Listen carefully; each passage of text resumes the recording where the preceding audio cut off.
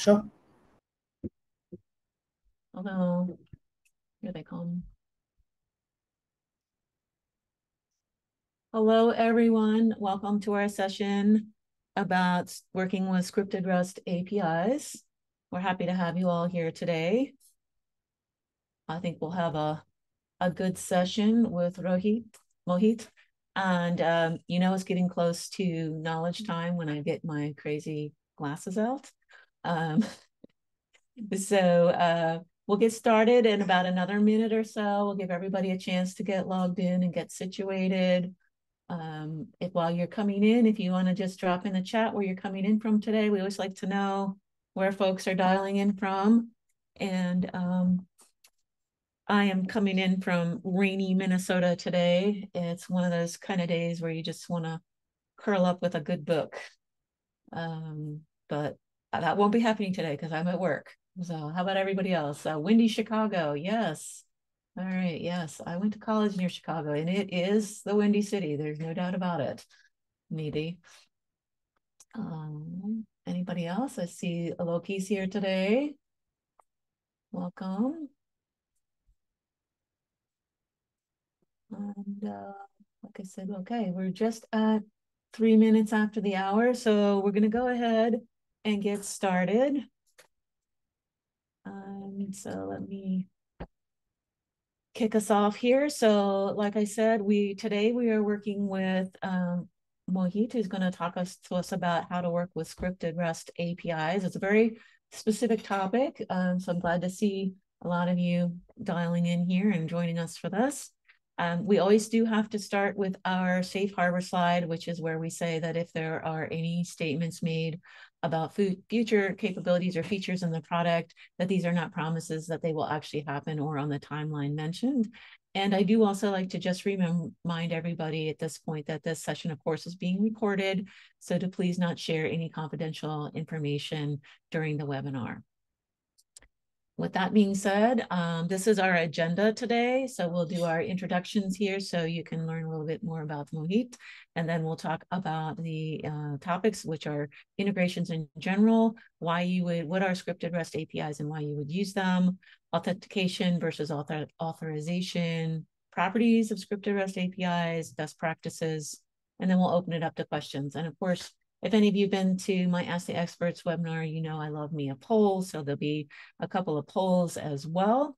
But just to level set on what this webinar is about, it is about helping you understand the scripted REST APIs and best practices around it. So we're not saying that it's a deep dive expert session, but it's kind of more of a higher level.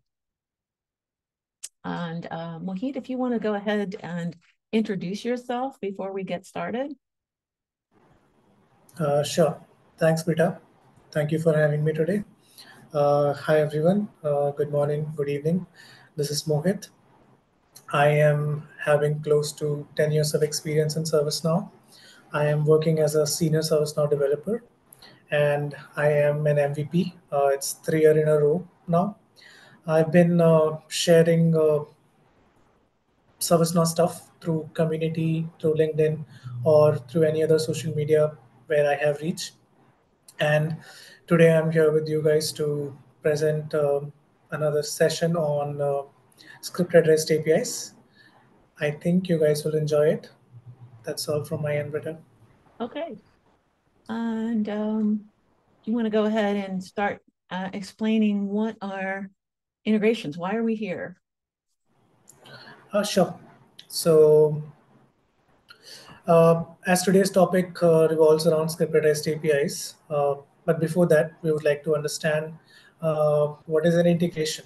So, an integration is a process which helps you communicate, exchange data, or make some automation between one or more systems. So if we try to understand it in ServiceNow terms, uh, so you, you in your company, a user is onboarded, and that user has been created or stored in an Active Directory. That Active Directory is integrated with ServiceNow, and that's your data exchange. So ServiceNow is picking that record from Active Directory and then creating a record in ServiceNow, which is now a ServiceNow user.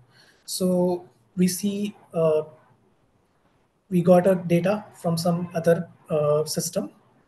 We moved it to ServiceNow, and then we did run an automation to create a record or update a record. So this is something which we call as integration, where we are communicating between more than one system and trying to exchange information or run some automation. All right, next up, I have a poll, but I'm having trouble getting my poll up today. So if you could just bear with me for a second, and I'll try to get that poll up and running. I'm not really sure what happened to it today, but this happened. Here we go.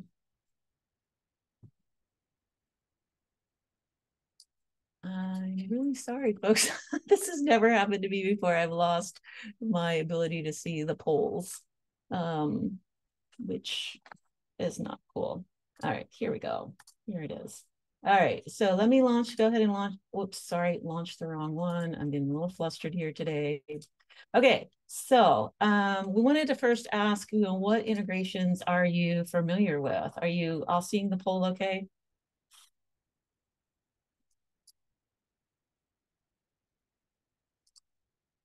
Yes, no? Brita, I think this is different one.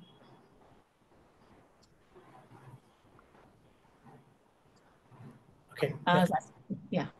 What what integrations do you know about? And of those that you know about, which ones are you actively using?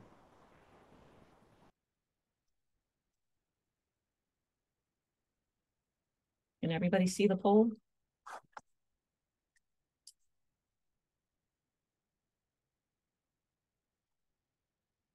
Because I'm not getting any answers on it. Let me relaunch it then.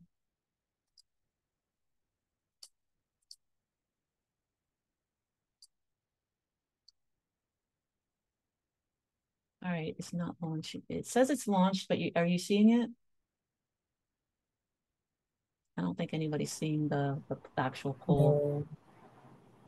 No. All right, what on this one?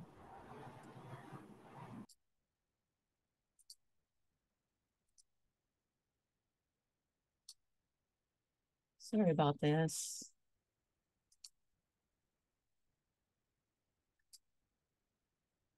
All right, I think we're gonna have to skip the polls today. It doesn't seem like they're working correctly. I'm not sure why.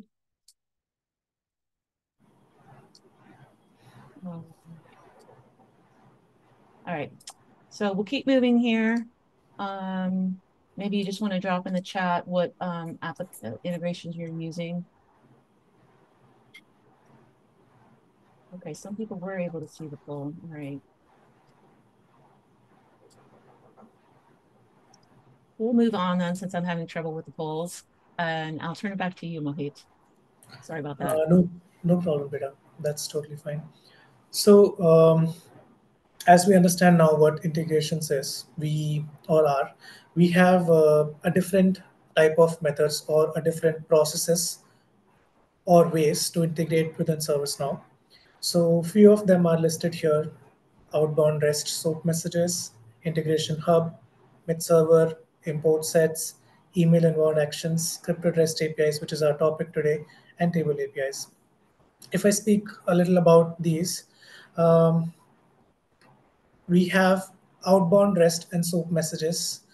Why, when we use this type of method of integration, when we have to consume APIs, or we have to consume the endpoint from some other system, leverage those endpoints, and then do some modification in our ServiceNow instance, or utilize that data to make certain changes in our instance. At that point of time, we use outbound REST or SOAP messages.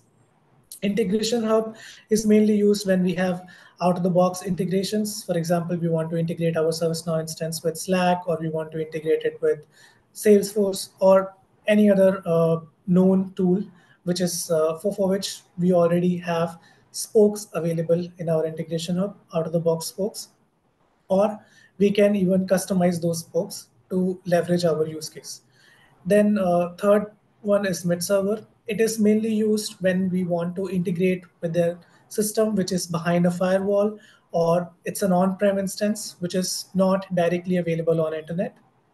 At that point of time, we need mid server. If we see a basic example, then it would be discoveries. The way we run discoveries in our instance, we need mid servers for that. Then import sets. This is mainly used when we have to import data into our ServiceNow instance, uh, which can be through an Excel, a CSV, or it can be even a data source, which can be a database, JDBC, or any other sort of source which we have, and we want to import data from that source to our instance. That at that time we use import sets, and then we use transform map to map that data to the target tables in our ServiceNow instance. Then small use case, but a very good one, email inbound action. This is generally used when we want to create or update data in our ServiceNow instance through emails. uh, Use case which I have seen more often is when we want to get approval from some users. We send a notification to them, then they approve it inside that email notification, and that notification comes back to our ServiceNow instance and it approves a record on behalf of them. So they can do that thing without logging into the instance itself. Then we have scripted REST APIs. I'll go deep about it in our today's session. Just to segregate it from outbound, scripted REST APIs are mainly inbound APIs when you are creating custom endpoints inside your ServiceNow instance and you are making them available for the third party or some other system which is leveraging those APIs and then performing actions. Then the next comes table APIs. It is more of an out of the box approach where ServiceNow itself is having its own APIs which you can use to read the data or to make changes to the ServiceNow instance. Uh, would like to move forward, Peter? Sure. Okay. So what is a scripted REST API? Scripted REST API is a web service which allows you to create custom endpoints within our ServiceNow instance, with which you can expose the data to a third-party system in a secure manner. Again, you are creating your APIs, and then a third-party system is leveraging it, and then they are making changes to the instance. Maybe they are just using it for reading purpose, or they can use it for creating records or updating records or even delete records. Based on your endpoints and based on the permissions, they can work with these scripted REST APIs. Now, how to create them? It is very easy. You just have to go to your navigation, search for scripted REST APIs. It'll give you a list view. Then you click on a new button, and then you see this form, which you're able to see on the session right now. So you just have to enter the name for your scripted REST API. It'll automatically populate an API ID, and then you just hit submit. Now, before we do that, there is a small practice which we should follow. Instead of creating those APIs in a global scope, it is always recommended or always good or a best practice to first have a scoped app. So before I start working on the scripted REST APIs, I just go ahead and create a scoped app, which is called demo scripted REST APIs. And then I come back and just create the scripted REST APIs in my instance. Um, we can move forward, Peter. Okay, now the next question is why scripted REST APIs? Why don't we use stable APIs or some other way? Like we can create a REST step in the integration hub as well. Then why do we want to do customizations or write logics? So to answer your question, for integration hub, it does come with a license, and when we use that, it's a cost. So not every customer will be okay to go ahead with integration hub, and that's why scripted REST APIs are still relevant. It gives us an edge that we can create our custom endpoints and we can leverage. Now, how it is different from table APIs? So we table APIs are also doing the same thing, right? They are giving you an access to read the data or update the data in your instance. Why can't we use them, and why do we need scripted REST APIs? So there are certain drawbacks when we use table APIs. One of them would be you cannot get a custom payload. So if you are expecting a custom response, then you can't get that with your table APIs.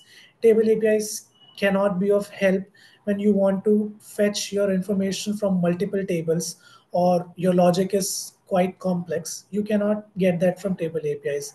And the other reason would be it's hard to track when and how someone is using your table APIs, and if they get access, then they can even modify the endpoint. Like if they know how post works in ServiceNow, then they can even spoil your ServiceNow data.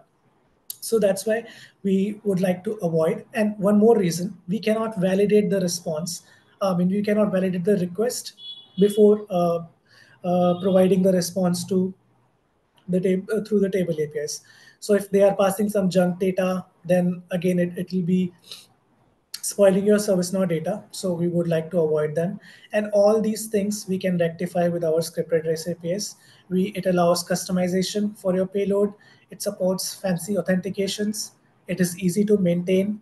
It allows versioning. We'll go deep into this topic later in the session. But it's again a very unique and very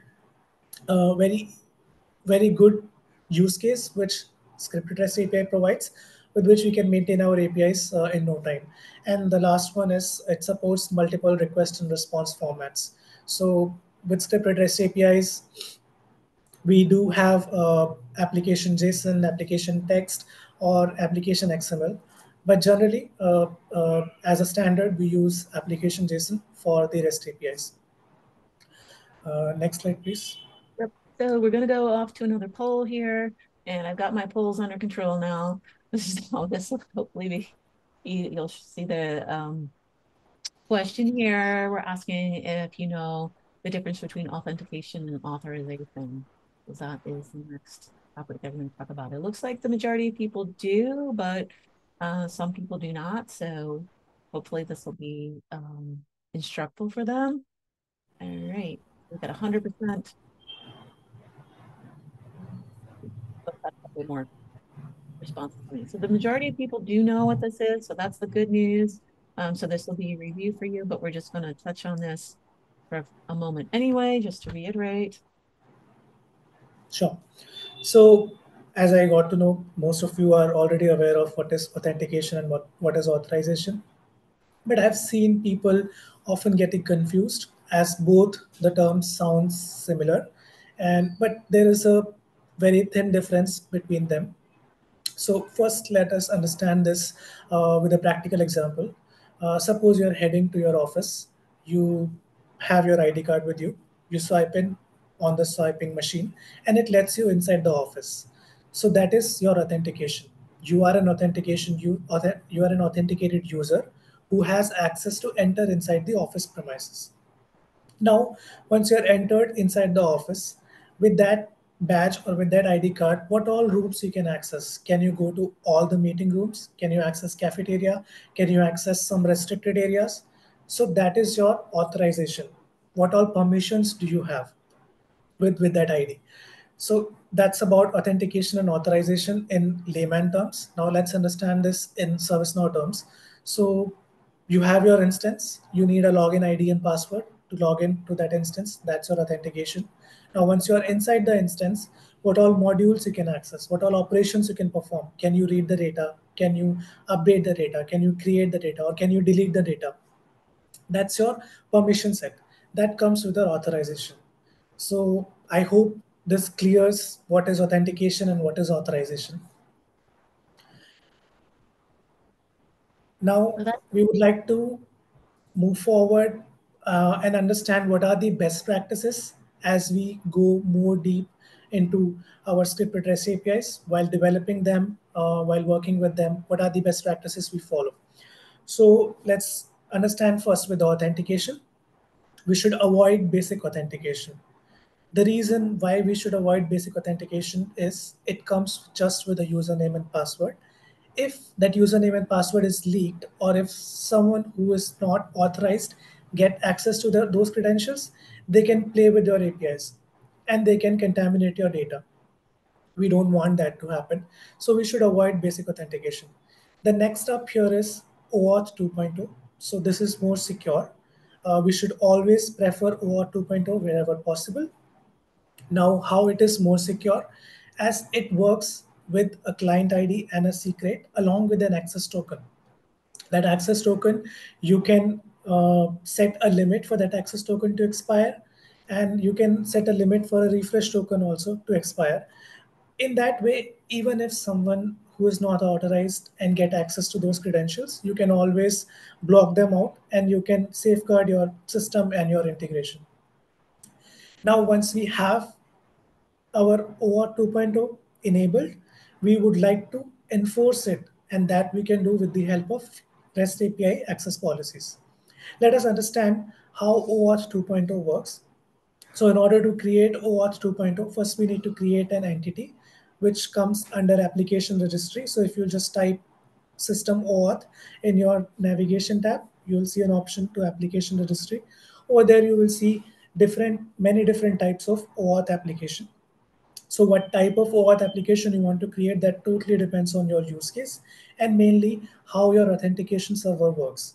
So in our case, our instance is our authentication server. So we would like to choose the first option, which says create an OAuth API endpoint for external clients. Next slide, please. So once you click on that, it gives you a user interface where you can enter a name. It automatically generates a client ID. You should leave the client secret blank. Once you save the form, it'll automatically get populated. And when you want to see that, you just have to click on that log icon, which is next to that client secret. It will be visible to you. And then it comes with a few more fields like refresh token lifespan, access token lifespan, default grant type, and OAuth application user. Now, refresh token lifespan is the time limit for your refresh token. You can definitely modify that based on your use case, but this is the standard limit which you have for a refresh token. And for your access token, again, there is a time limit, and these are the times in seconds. Then you have your grant type, what sort of granting you want to do with your OAuth. You have password credentials, you have client credentials, and there are few more. Once you choose client credentials, you can populate your OAuth application user inside that user field, and then your integration user, or the user which you are setting up for this particular integration, can be directly mapped to your OAuth entity. Now, we would like to see a demo how this comes into action, and I'll be explaining more about it as we move forward. One moment while I start the demo.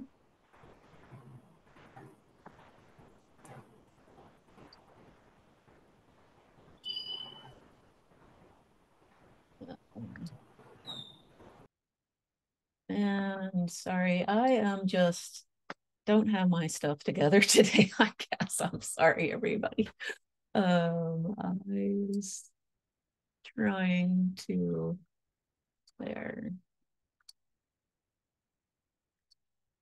All right, here is, can you see the demo screen? Yes, I can. Okay, let's go ahead and start the demo. Okay.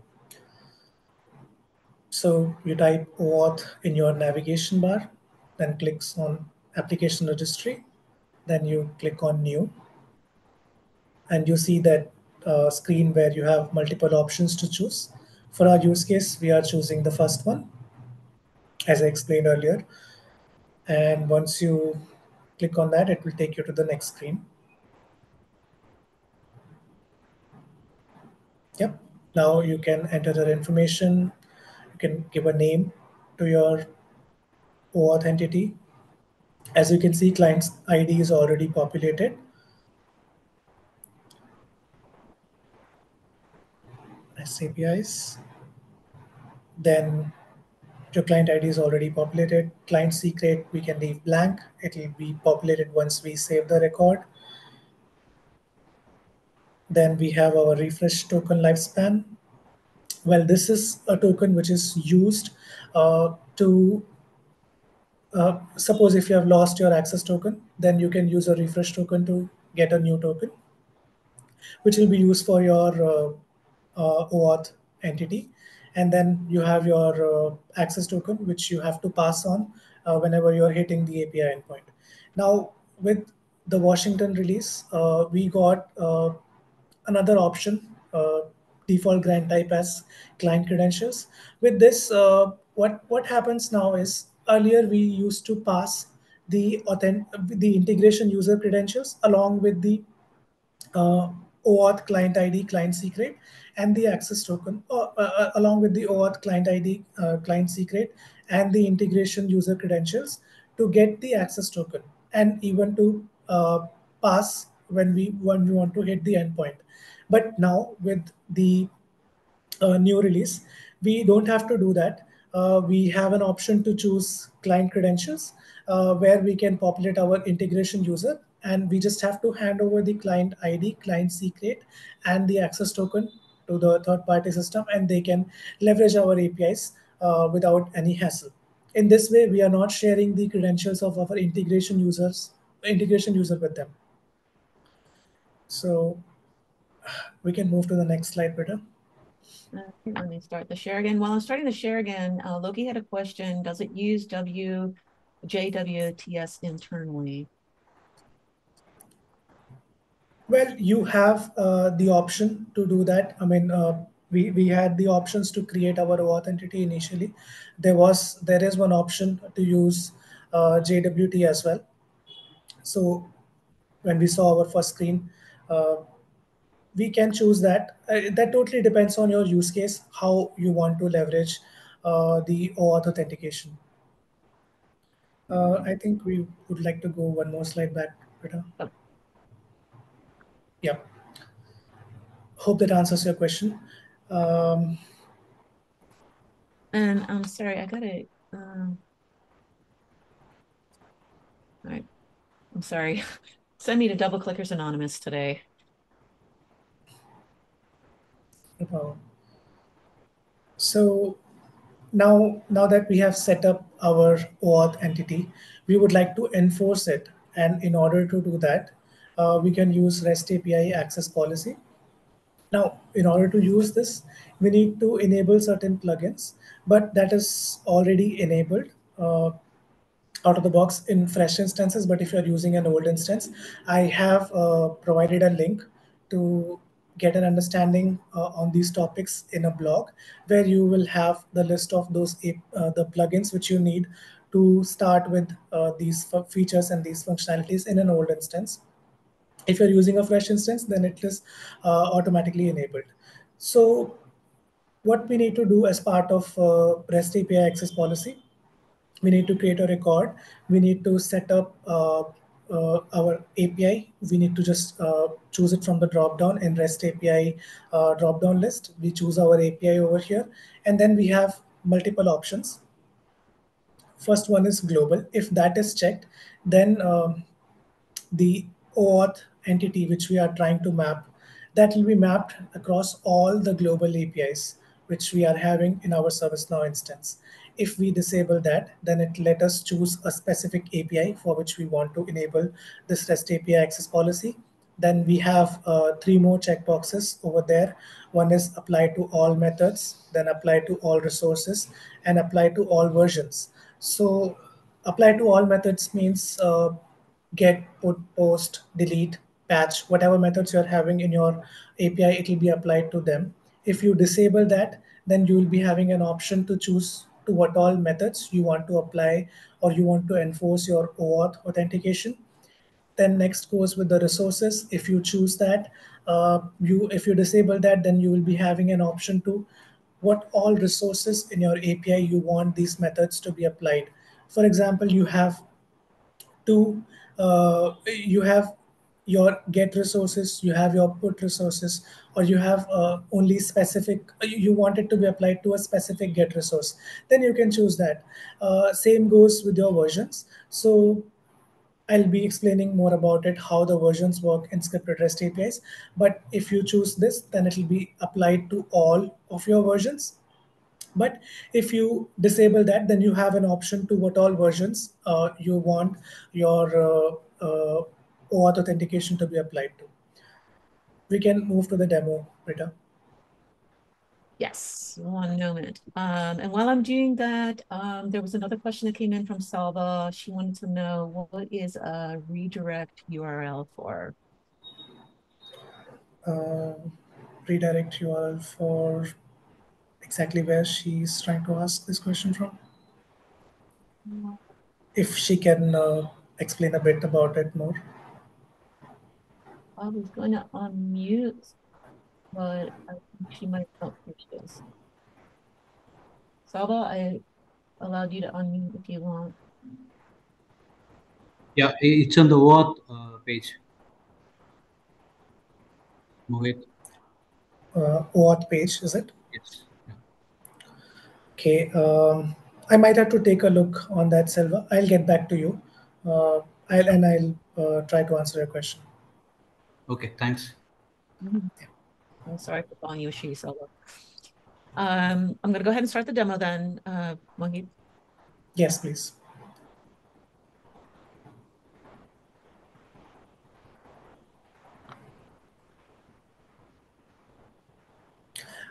So in the interest of time, I already created the API access policies record. So in this, I have pre-filled the information, the API name, and the methods for which I want the entity to be applied to. Now we have to choose our OAuth entity, which we had created in our last step. So for now, we will have to click on new. And it'll ask us what type of authentication profile we are looking for. We will choose the first one, standard authentication profile. We will give it a name. Let's say demo OAuth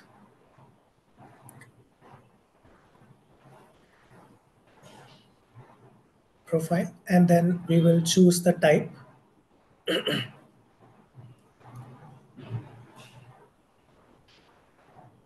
Let us fill the description.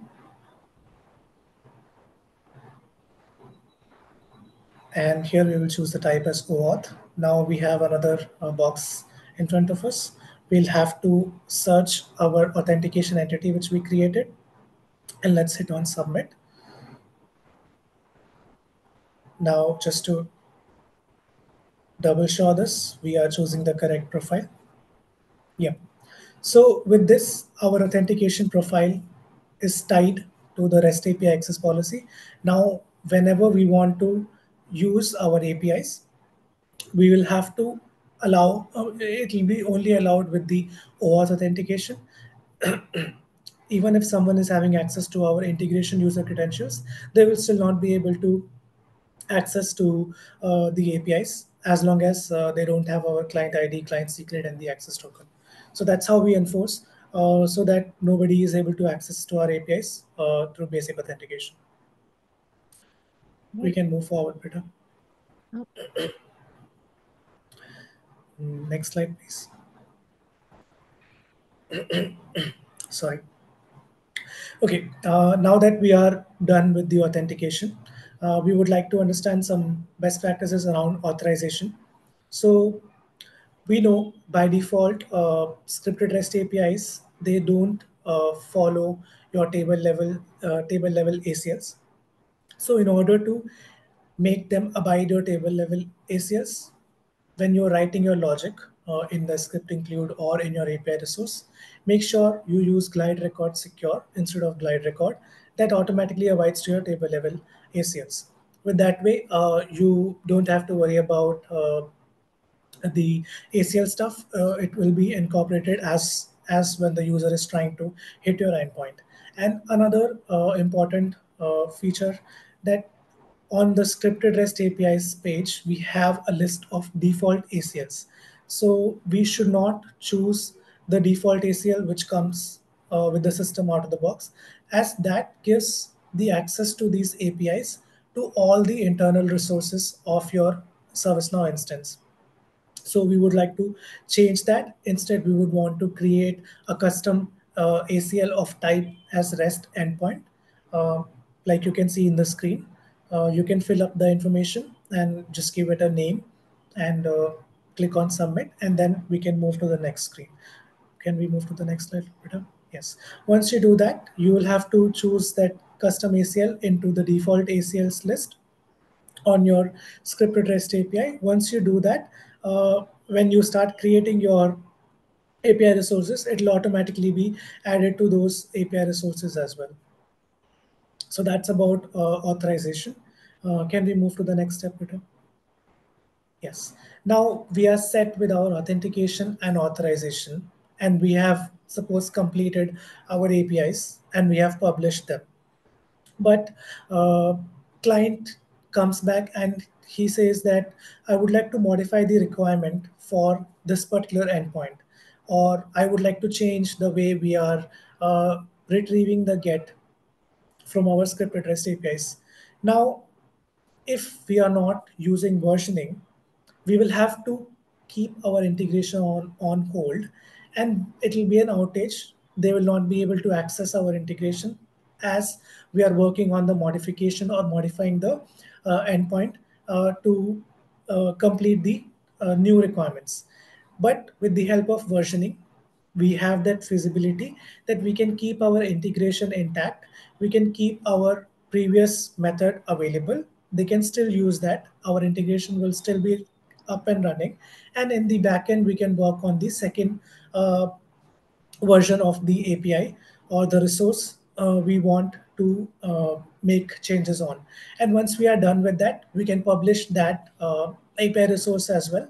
And once we do that, our scripted REST API will be having both those resources with both the versions. All we have to do is append the version in our REST endpoint, and we will be able to access the correct API version which we want to leverage.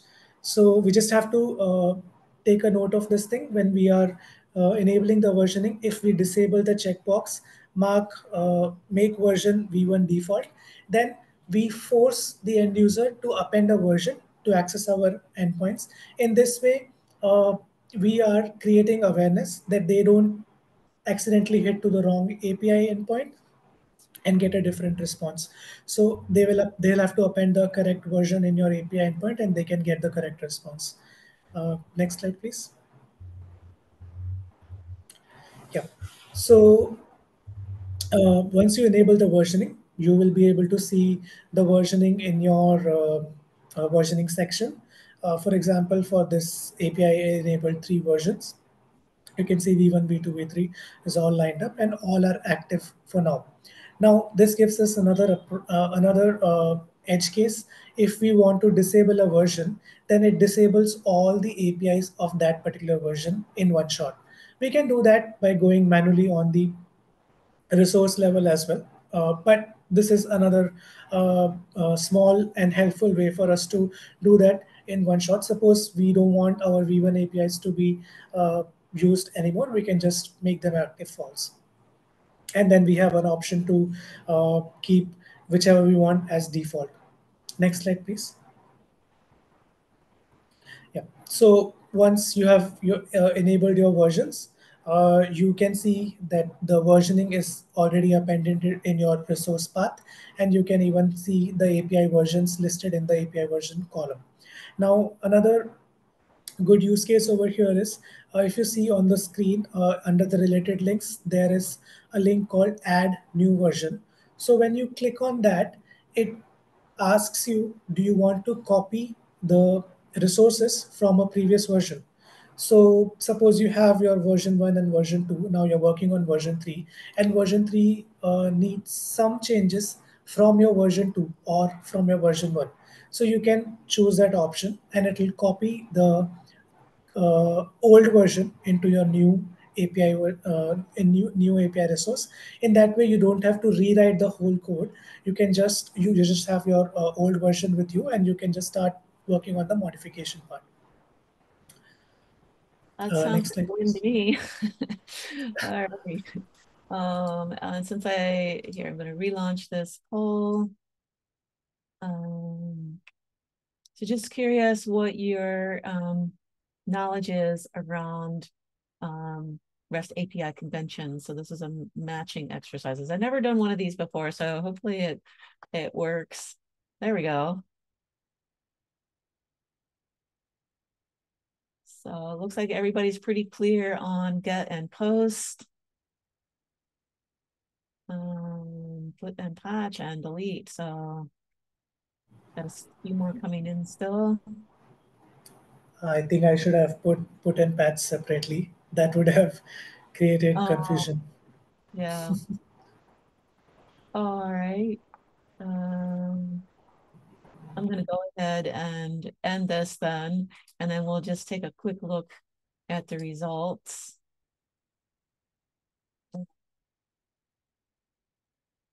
So this didn't show quite the way I thought it would, but it looks like everybody got 100% if I'm interpreting this correctly. So that's good. All right.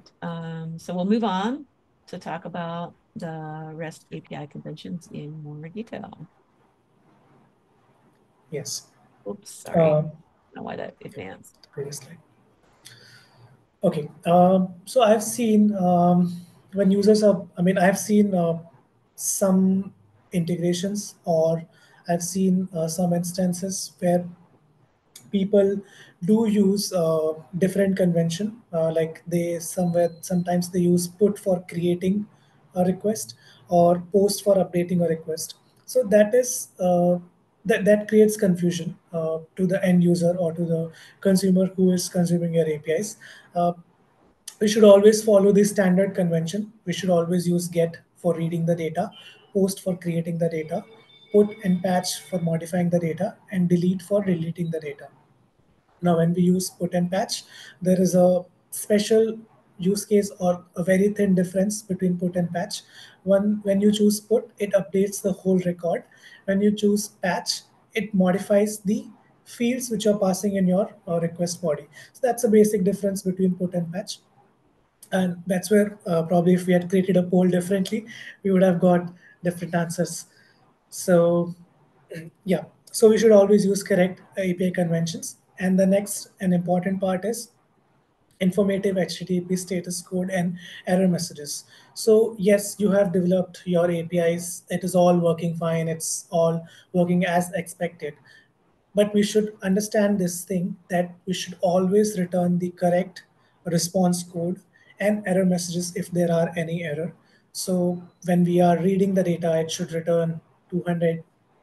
Okay, when we are creating, it should return 201, and so forth. So this gives when we follow this, this gives a better idea and understanding to the end user. And this follows the standard process also. That's how the APIs work. When you read the data, it gives you a 200. Okay, when you create, it gives you a 201. So we should always follow that. We should always return the correct status code. With this, we understand that okay, our request has been successful and it is doing what we wanted it to do. It's not updating in case of creating, or it's not creating in case of updating. So that's where we should put our focus on. And again, the error messages. The error messages, the more clear the error messages are, the more easy it will be for the end user to understand, and even for you to look into what went wrong. Is there something wrong with the request, or there is something wrong within your API logic? So that gives an upper hand to you and to the end users as well. The next and most important part is test cases. When you create an integration, or when you work on any development, it is the right, or it is the basic responsibility for a developer to have unit test, so that they test their application or their development or their APIs thoroughly before passing it to the actual testing team or to the clients. So for that, you can leverage ATF.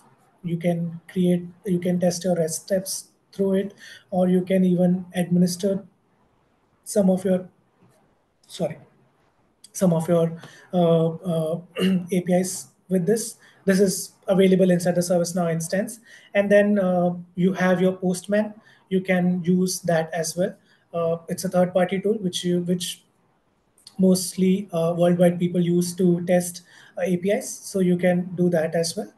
I have added a link how you can leverage ATFs in our resources, link resources tab. So that will give you a start point where you can learn more about ATFs and how you can use it to create your test cases for the REST APIs. And there is one more thing you can even use REST API Explorer, which is again an inbuilt application inside ServiceNow.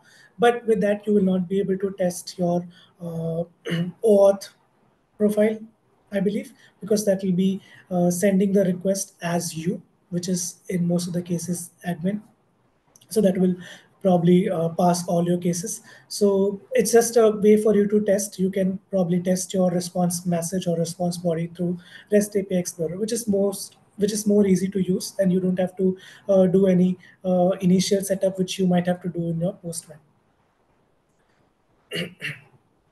So this is the last slide for my session today, and the most important one. So when we work on any development or we work on any API or any new thing, we should always have our documentation ready. This is very useful for our clients, for our customers, and for us as well. So a future me, if I would go back and see a code which has been written by me, a few years back, I might not understand what I was trying to do. I might not understand the use case. But if I have my documentation ready, it gives me an edge and saves my time. And it goes similarly with your customers. If you have the documentation ready, then that gives you a happy customer. If you don't have that ready, then that gives you a frustrated customer. So that's always there. You should always have your documentation with you, and it is the best practice. I understand that being developers, sometimes we get lazy and we don't want to write or document it, but that's really useful, not just for others, but for us as well. I can give you a practical example for this. You ordered something from an e-commerce site, and it's a gadget, something. Say, for example, it's a wireless headset, and it came without a manual. Now, when you start using it, you will have to trial and error multiple time, like how many times you have to tap to attend a call or to move forward into the next song or to disconnect a call. So that gives you a little bit of irritation. But if you have the manual with you, you will go through it. You'll understand, okay, this is what I have to do when I'm using this device, and that makes you happy, right? So that's what happens with the customers when we do our work and when we hand it over to them.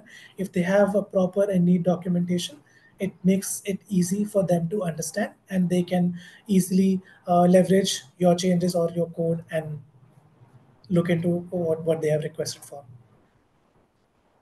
All right. And that pretty much concludes our learning part of the session today. Thank you so much, Mohit. That was, I know you need to rest your voice for a little bit, but that was great information. This is just a recap slide that I include in all of our decks, so you can kind of see at a glance what we covered today, kind of the TLDR kind of a thing. And you will get access to a copy of the deck as well as the recording after the session. So don't feel like you have to write down everything. We're gonna open up, you can take, we can take some questions here if you wanna raise your hand. I can take you off mute. Also, just a reminder that immediately after the webinar, you will receive a survey. And so we really appreciate it if everybody can take a moment to fill that out and give us some feedback on how we're doing. And I hope you don't penalize us for my technical difficulties today, because I think Mohit did a really great job of bringing some information to you all today. So are there any questions that anybody wants to bring up? You can either type them into the Q&A function, or if you want to raise your hand and ask it live, I can take you off mute.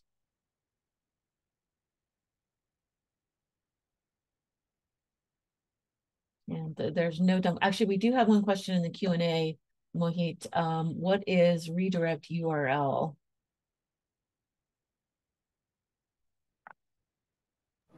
I would like to take a look at it, Britta, and I'll get back to Selva once I have some information on it. I might have to go and check where exactly it is on the auth page, and I will get back to it. Okay, great. If we don't have any questions, then there was one more thing which I wanted to cover, but I kind of kept it out because we were having less time. But if you would permit, then I would just like to quickly speak about it. Sure. Yeah. So when we create our OAuth profile and when we enforce it with the help of REST API access policies, there is another good feature from ServiceNow, which is called API Auth Scope, which you can see in the resources tab. There is a link to it. You can read more about it from that link. But what it does, so you have your authentication profile ready for your APIs, and with that you can access all the resources. You are not restricting that authentication profile to access only limited resources. For example, your API consists of get, put, post, and even delete, but you don't want the authentication user to have access to that delete API or to that delete resource. So what do you do in that case? You can create an authentication scope and you can allow the methods which you want to use for that particular authentication profile. For example, you can choose only get so that they can just read and they cannot do any modification, or you can even choose post and put for them and not delete. You don't want them to delete anything in your system, so you can restrict them with authentication scopes. That's a good use case, and I haven't seen people using it so frequently. So that is something which is additional from this session, and I hope people would read about it and they will start using it more. And Mohit said he wasn't an expert on the session, on the topic. I think he knows quite a bit about this topic. So thank you for sharing all your knowledge and goodness with us. Um, Last call for any Thanks, questions, Vida. comments, thoughts from anybody.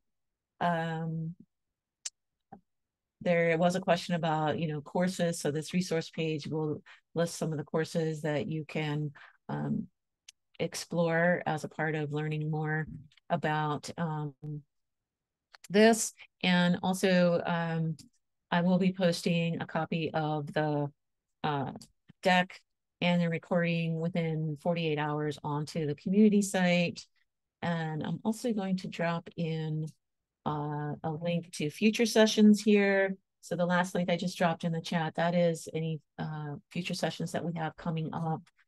We do have one next week with Atul Grover and